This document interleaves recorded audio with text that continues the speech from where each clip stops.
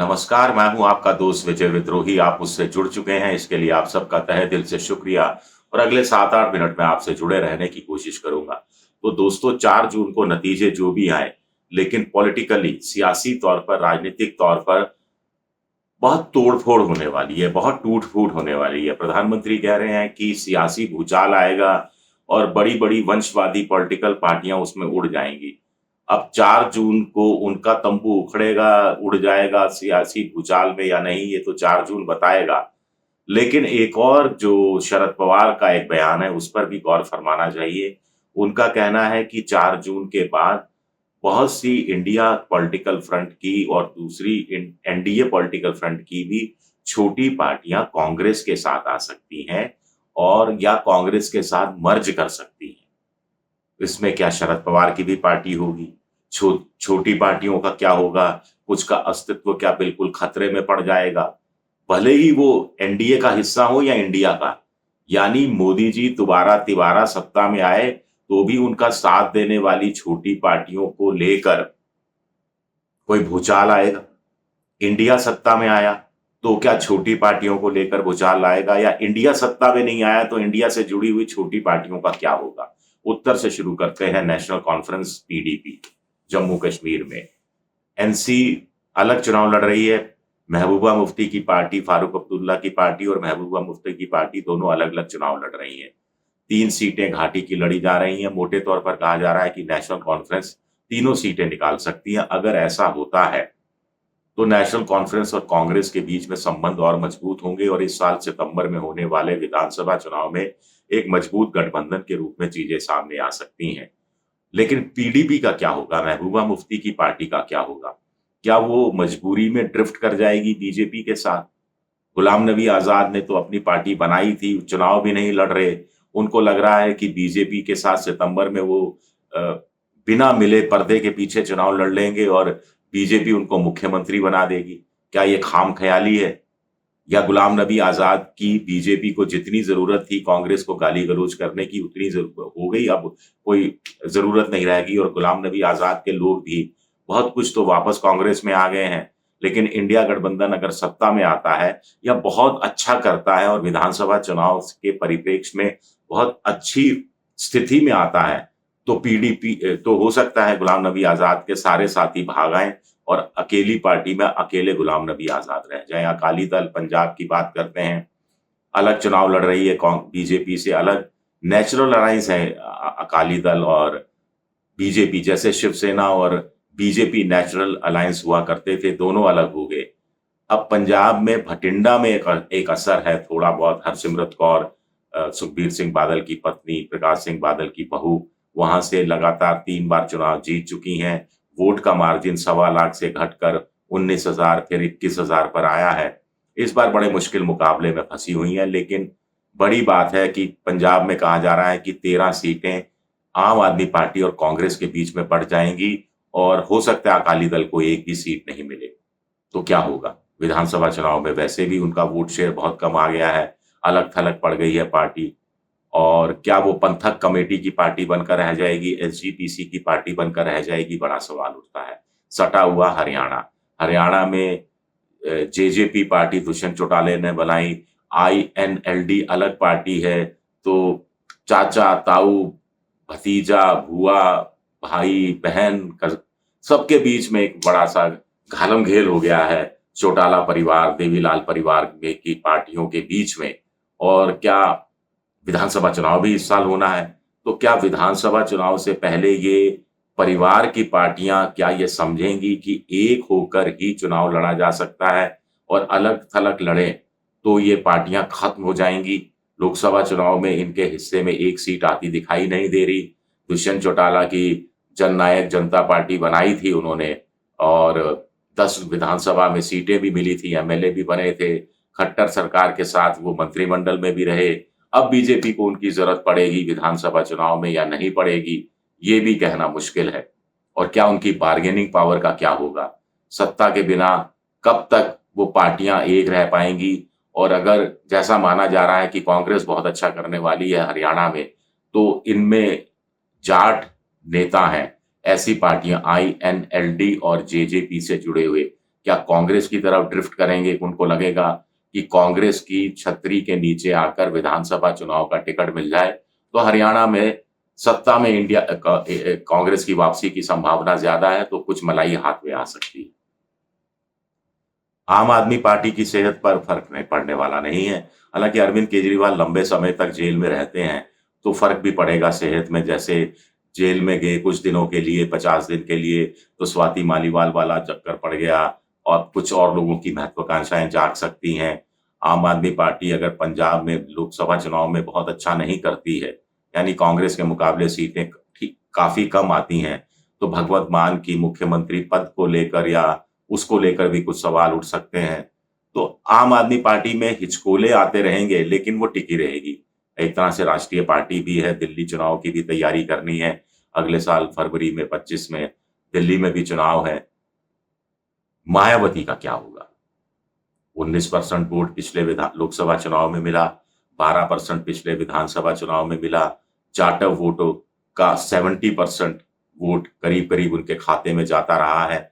इस बार जाटव वोट दरक रहा है, समाजवादी पार्टी की तरफ भी जा रहा है, बीजेपी की तरफ भी जा रहा है।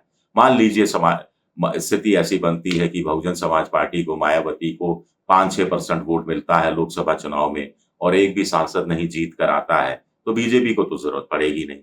बीजेपी तो कहेगी थैंक यू, शुक्रिया, आपने जितनी मदद की कर दी, बदले में हम लोगों ने भी मदद कर दी जितनी हम कर सकते थे। अब थैंक यू, शुक्रिया, गुड बाय, अब हमें जरूरत नहीं आपकी। विधानसभा चुनाव में भी मायावती अलग थलग पड़ी हुई है, तो क्या मायावती को लगेगा कि मजबूरी में अपनी पार्टी को, वजूद को बचाने के लिए उनको समाजवादी पार्टी और कांग्रेस के साथ गठबंधन करना पड़ेगा विधानसभा चुनाव को लेकर? क्योंकि समाजवादी पार्टी तो हिलने वाली नहीं है। समाजवादी पार्टी तो खुशी होगी कि मायावती की पार्टी अगर खत्म होती है तो बाइपोलर चुनाव की स्थिति उत्तर प्रदेश में आएगी। तेजस्वी की पार्टी को भी कोई खतरा नहीं है, नीतीश की पार्टी को खतरा है। अगर पार्टी अच्छा परफॉर्म नहीं करती है और बीजेपी बहुत अच्छा परफॉर्म करती है, तो जेडीयू में तोड़-फोड़, टूट-फूट की कोशिश भी बीजेपी कर सकती है। अगले विधानसभा चुनाव के मद्देनजर और ज्यादा शर्तें नीतीश पर थोप सकती है, नीतीश को और ज्यादा हाशिए पर रख सकती है। नीतीश की उपेक्षा जैसी लोकसभा चुनाव में प्रधानमंत्री की तरफ से की गई, वो और जारी रह सकती है। ऐसे में नीतीश की पार्टी के कुछ लोग बीजेपी में और कुछ लोग लालू में जा सकते हैं। तो ऐसे में क्या नीतीश को लगेगा कि पूरी पार्टी के साथ ही वापस पलटी मार दी जाए और लालू प्रसाद यादव का हाथ थाम लिया जाए, लालटेन की रोशनी में अपनी राजनीति को आगे बढ़ाया जाए? बड़ा सवाल उठता है नीतीश की पार्टी का क्या होगा। मायावती बड़ी पार्टी जो सत्ता में रह चुके, उनका क्या होगा? शिवसेना, एकनाथ शिंदे, एनसीपी, या एनसीपी जो कि अजीत पवार वाली एनसीपी, इसका क्या होगा? ये भी अपने आप में बड़ा सवाल उठता है, क्योंकि एकनाथ शिंदे की पार्टी को कम लोकसभा सीटें मिलती हैं, तो स्वाभाविक रूप से सवाल उठेगा कि उनके विधायक भी समझ जाएंगे कि इसी साल विधानसभा चुनाव होने वाले हैं और उनका नेता लोकसभा चुनाव नहीं जितवा पाया अपने कैंडिडेट्स को, तो विधानसभा चुनाव अपने उम्मीदवारों को क्या जिता पाएगा? तो ऐसे में ये लोग उद्धव ठाकरे की तरफ दरक सकते हैं, उद्धव ठाकरे की तरफ शिफ्ट हो सकते हैं, क्योंकि तब उनको पता लग जाएगा, अगर उद्धव ठाकरे ज्यादा सीटें लेकर आते हैं, आते हुए दिख भी रहे हैं कि कैसे वहां पर ज्यादा राहत है। असली शिवसेना समर्थक, असली शिवसेना कार्यकर्ता उद्धव ठाकरे के साथ है और इसी तरह एनसीपी का असली समर्थक शरद पवार के साथ है। ये बात साबित होती है। अजीत पवार 4 सीटों पर लड़ रहे हैं, बहुत हुआ तो 1 सीट जीतेंगे, बारामती सीट वो हार रहे हैं और हारने से उनकी जो थोड़ी स्थिति और ज्यादा, पॉलिटिकल कद और ज्यादा घटेगा, तो उनके साथ के लोग भी शरद पवार की तरफ खिसक सकते हैं, या फिर अजीत पवार भी सोच सकते हैं कि चाचा के पैर पकड़ लिए जाए, माफी मांग ली जाए, नीतीश कुमार की तरह पलटी मार ली जाए, ताकि मुख्यमंत्री बनने का सपना पूरा हो जाए। क्योंकि बीजेपी में के साथ रहते हुए तो अजीत पवार अब भविष्य में कभी मुख्यमंत्री नहीं बन पाएंगे, ये बात अच्छी तरह से साफ है। अब एनडीए के धड़ों की बात करें तो TDP, Telugu Desam party, Congress, BJP के साथ मिलकर चुनाव लड़ रही है, लेकिन इंडिया गठबंधन अगर अच्छा करता है तो, और जरूरत पड़ती है इंडिया गठबंधन को, तो टीडीपी बीजेपी का साथ छोड़कर आ सकती है कांग्रेस यानी इंडिया के साथ। जेडीएस, देवगौड़ा की पार्टी उसको क्या बीजेपी अपने में मर्ज करा लेगी, इसके लिए फोर्स करेगी ताकि वोकालिगा का जो वोट बैंक है, जो थोड़ा बहुत उसके पास है, उसको बरकरार रखा जाए, या उसको अपने साथ मिलाने से बीजेपी बड़ी पार्टी बन जाएगी। क्योंकि जेडीएस ने बीजेपी के साथ जाकर अपना मुस्लिम वोट बैंक खो दिया है, अब उसकी स्थिति खराब है। यही स्थिति तेलंगाना में बीआरएस की है। तेलंगाना में केसीआर की पार्टी बीआरएस की है। अगर वो अच्छा प्रदर्शन नहीं करती है, जो नहीं कर रही है लोकसभा चुनाव में, कुछ लोग कह रहे हैं एक सीट, कुछ लोग कह रहे हैं एक सीट भी नहीं मिलेगी, उसके ज्यादातर लोग कांग्रेस में चले गए, ज्यादातर लोग बीजेपी में चले गए। तो और उनकी बेटी, केसीआर की बेटी शराब कांड में फंसी हुई है। मोदी तीसरी बार प्रधानमंत्री बनते हैं तो शराब कांड पर कार्रवाई ईडी की और ज्यादा सख्त होने वाली है। ऐसे में बेटी को बचाने के लिए क्या वो बीजेपी की शरण में चले जाएंगे और उनकी पार्टी खत्म हो जाएगी? बड़ा सवाल उठता है। ऐसे ही शरद पवार मर्जर की बात कर रहे हैं कि छोटी पार्टियां मर्जर कर सकती हैं। क्या अपनी बेटी के पॉलिटिकल करियर को बचाने के लिए, और उन्हें लगेगा कि अब बुढ़ापे में इतनी राजनीति हो नहीं सकती, तो बेहतर यह है कि कांग्रेस के साथ मर्ज कर लिया जाए, कांग्रेस से ही निकली थी पार्टी और कांग्रेस में वापस शामिल हो जाए? क्या ये कहानी बनती हुई महाराष्ट्र के विधानसभा चुनाव से पहले नजर आ सकती है? संभावना बनती है। तो मोटे तौर पर हमने पार्टियों का, ओवैसी का कुछ नहीं होने वाला, जैसा लड़ रहे हैं चुनाव वो लड़ते रहेंगे। और भी कुछ छोटी छोटी इधर उधर पार्टियां हैं जो बीजेपी गठबंधन के साथ हैं, खुद जीत रही हैं और बीजेपी को जिताने में मदद कर रही हैं, उनका कुछ बिगड़ने वाला नहीं है। बीजेपी को भी उनकी जरूरत पड़ने वाली है। खासतौर से सामाजिक न्याय वाली पार्टियां, ओबीसी, एससी एसटी वाली पार्टियां, क्योंकि ये वोट बैंक की अहमियत इन लोकसभा चुनाव में हमें नजर आ रही है। गरीब गुरबों से जुड़ी हुई पार्टियां, इनकी अहमियत नजर आ रही है। भले ही इनको टिकट सीट नहीं मिले, लेकिन जिस मूल बड़ी पार्टी के साथ जुड़ती हैं, उस मूल बड़ी पार्टी को कुछ अतिरिक्त वोट, कुछ अतिरिक्त सीटें दिलाने में इन छोटी पार्टियों की बड़ी भूमिका होती है। मुझे लगता है कि हो सकता है कि सत्ता अगर बीजेपी तीसरी बार आती है तो ये छोटी पार्टियों को अब वो मर्ज करने की कोशिश करे कि हम में मिल जाइए, अब अलग से मत लड़िए, मिल जाइए, हमारे ही टिकट पर चुनाव लड़िए। और यही काम इंडिया गठबंधन भी कर सकता है। मान लीजिए कहानी बनती है कि इंडिया गठबंधन चुनाव जीत नहीं पाता है, लेकिन बहुत स्ट्रांग टक्कर देता है, 200 पार जाता है, तो ऐसे में भी बहुत सी छोटी पार्टियां फिर इंडिया गठबंधन के साथ आ जाएंगी, कांग्रेस में मर्ज होने का में भी के लिए भी तैयार हो जाएंगी, क्योंकि उन्हें पता लग जाएगा कि अलग रहकर चुनाव ना तो जीता जा सकता है, ना पावरफुल केंद्रीय सरकार से लड़ा जा सकता है। तो कांग्रेस की छतरी के नीचे रहकर एक मजबूत गठबंधन बनाकर बीजेपी के सामने एक चुनौती के रूप में खड़ा भी रहा जा सकता है और अपनी राजनीतिक विरासत को, अपनी राजनीतिक जो वजूद है, उसको बचाने की भी कोशिश की जा सकती है।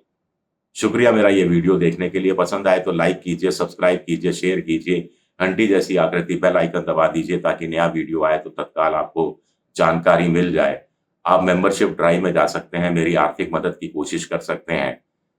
एक्स यानी ट्विटर पर मैं विद्रोही 7 के नाम से हूं। लाइक, सब्सक्राइब, शेयर जरूर कीजिए। शुक्रिया, बहुत बहुत शुक्रिया।